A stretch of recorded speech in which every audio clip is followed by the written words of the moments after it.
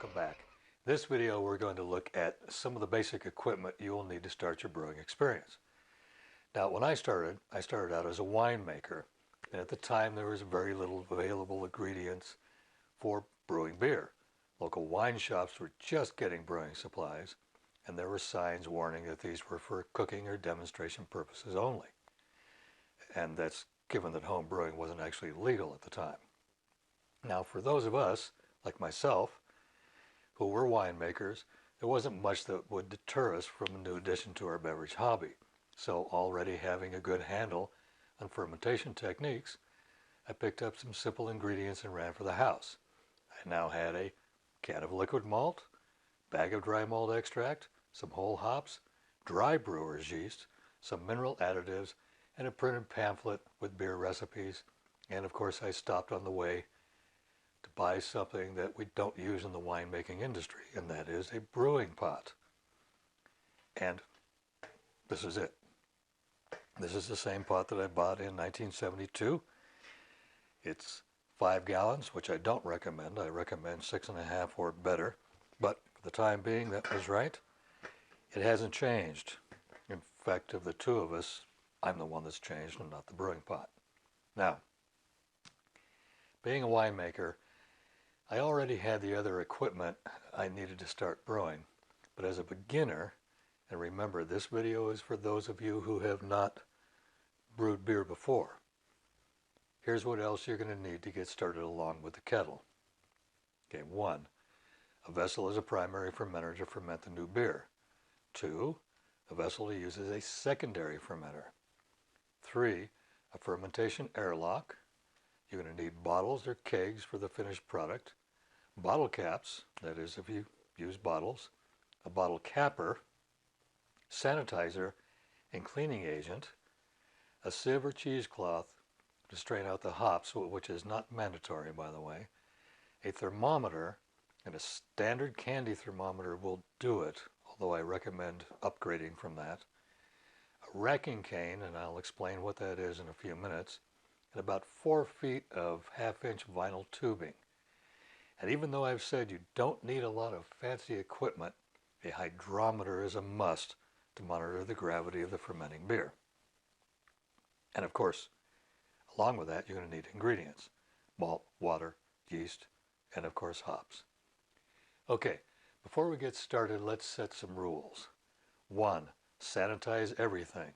Although yeast is strong and can overwhelm many, if not most contaminants, it's not the end-all. You need to sanitize everything before you get started. Hoses, fittings, lids, spoons, everything. Number 2, this is bucket brewing. When you acquire your buckets, make sure they are food grade and get them with lids. 3, brewing pot. Let me tell you, don't use aluminum. And let me repeat that.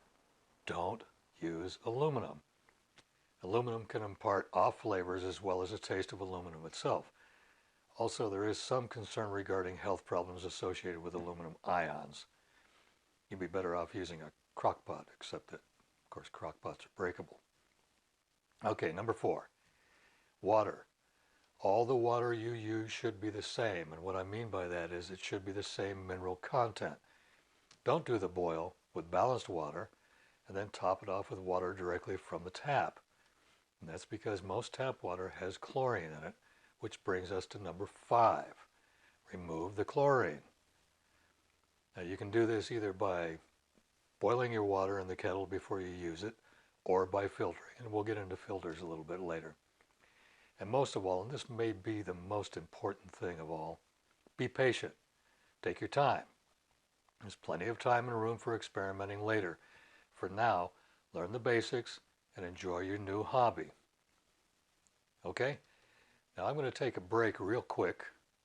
During this break, I'm going to clear some of this space here. I'm going to gather some of this equipment, and we're going to take a little bit closer look at it. Okay? So stand by. I will be right back.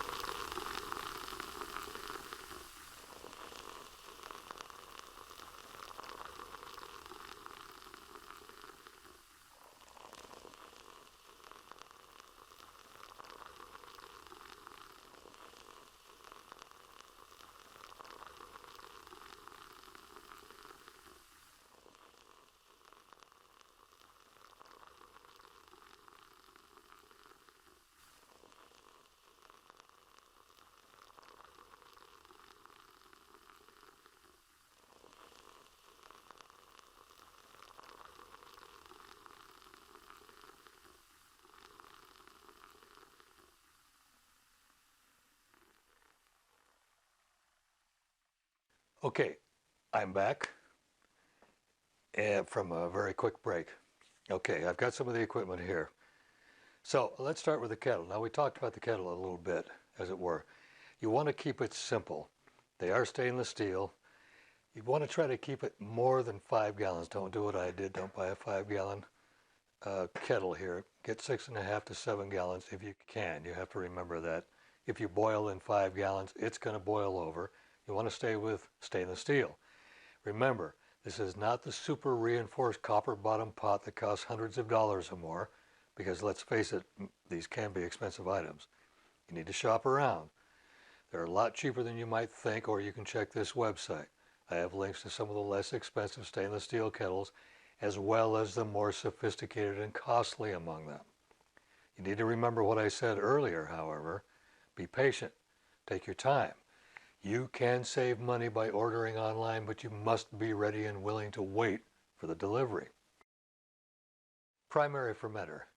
Now again, this is bucket brewing, so you're going to be looking for buckets that are similar to this. Now it's easy to find white food grade buckets at the local hardware store, but unless you're going to use a blow-off system, and I'll explain that in a different video, then you will need something in excess of 5 gallons to accommodate the extra headspace needed for the primary fermenter, and that is the first 2 or 3 days.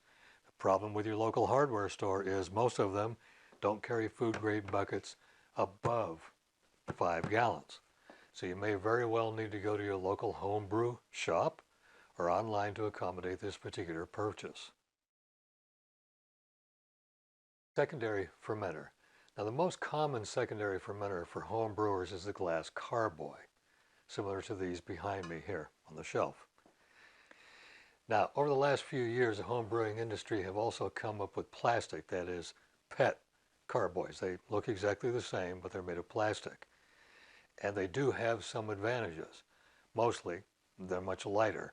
This 5-gallon carboy, for instance, weighs about 12 pounds. The 6.5-gallon carboy weighs in at just over 17 pounds. And when you consider the weight of the wort itself, which weighs approximately the same as water, a little over 8 pounds per gallon, well, now you're dealing with over 50 pounds, and you do need to move these around. So you might want to go with the plastic. The other advantage is the PET bottles just aren't as slick as glass, and these do get wet. And once they get wet, they become hard to handle. You don't want to drop them because they are breakable. And that doesn't mean the PET bottles are not breakable, because they are, but these are a lot more volatile than that. Okay, fermentation locks. Now these are pretty simple items, usually made from a hard plastic, and there are 2 basic types. A 4-piece lock with a body, float, lid, and a stopper.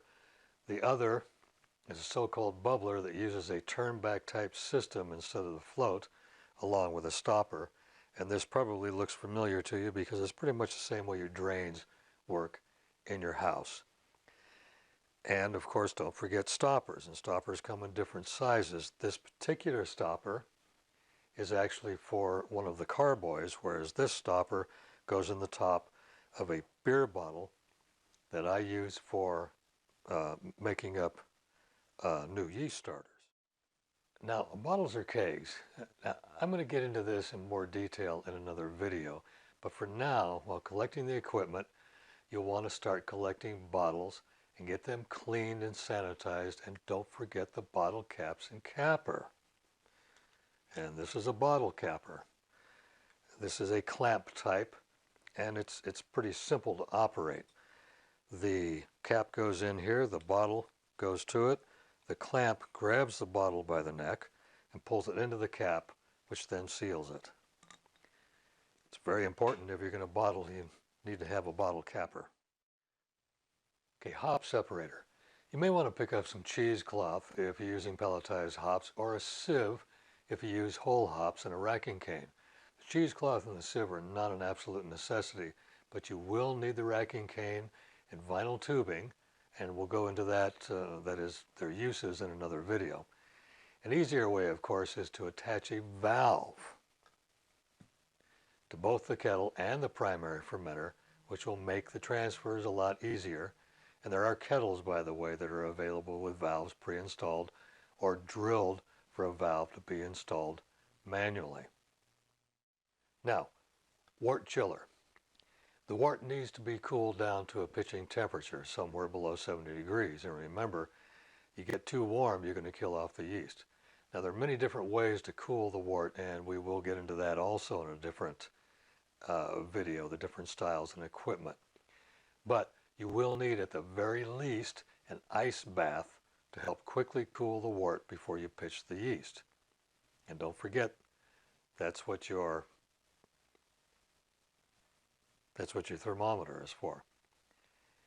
Now, at last, besides the ingredients, you're going to need cleaning and sanitizing agents. These are very important.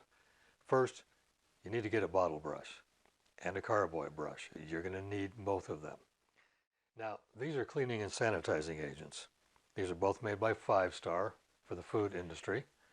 The cleaning agent is PBW, and PBW will loosen up anything that's caked onto any of your equipment. It's usually put in a hot liquid and run through, then it is rinsed with potable water. Star San, also made by 5 Star, is your sanitizing agent. Everything is soaked in it, it's sanitized. It is not rinsed, it is just drained. Remember, these are environmentally safe.